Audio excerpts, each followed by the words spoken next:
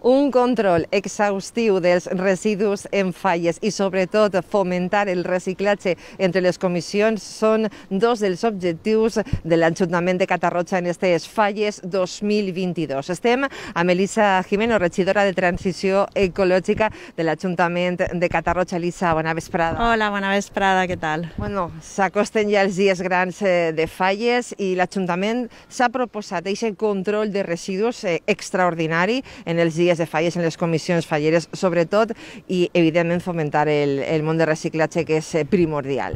Efectivament, nosaltres hem fet un càlcul dels serveis extraordinaris que comporten les falles, doncs des de la crida, les mascletes, les globotaes, l'ofrena, tot això són serveis extraordinaris que cal ficar en marxa estos dies i, evidentment, comporten una despesa extraordinària que en el nostre cas arriba fins als 20.000 euros. No sols ho podem fer nosaltres i l'empresa i les persones que estan dedicades, sinó que comptem també les comissions falleres.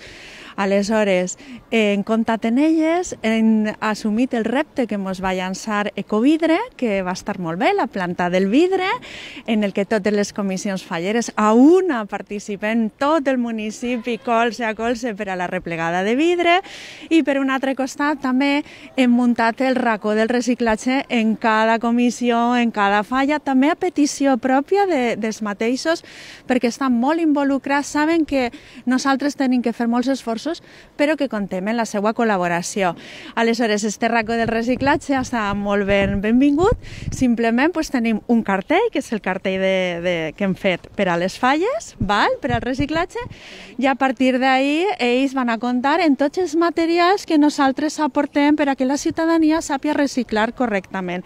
I no sols és això, sinó que enguany els hem fet un regalet, que és el nostre got, per evitar els plàstics d'un sol ús. Ha sigut molt ben rebut, han estat molt contents i, un poquet estem intentant entre tota la població que aquestes falles siguin molt més sostenibles a nivell de residus i, evidentment, de recursos que cal tindre en compte.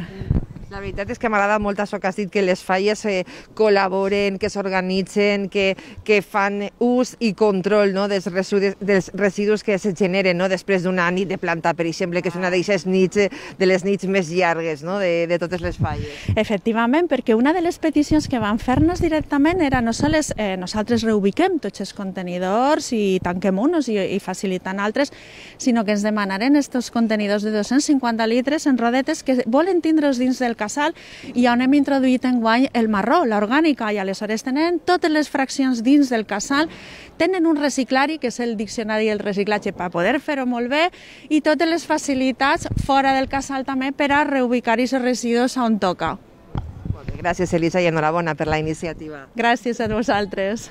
L'Ajuntament de Catarroja, que en aquestes falles 2022 controlarà de forma molt exhaustiva els residus i, sobretot, fomentarà el reciclatge, que és el més important.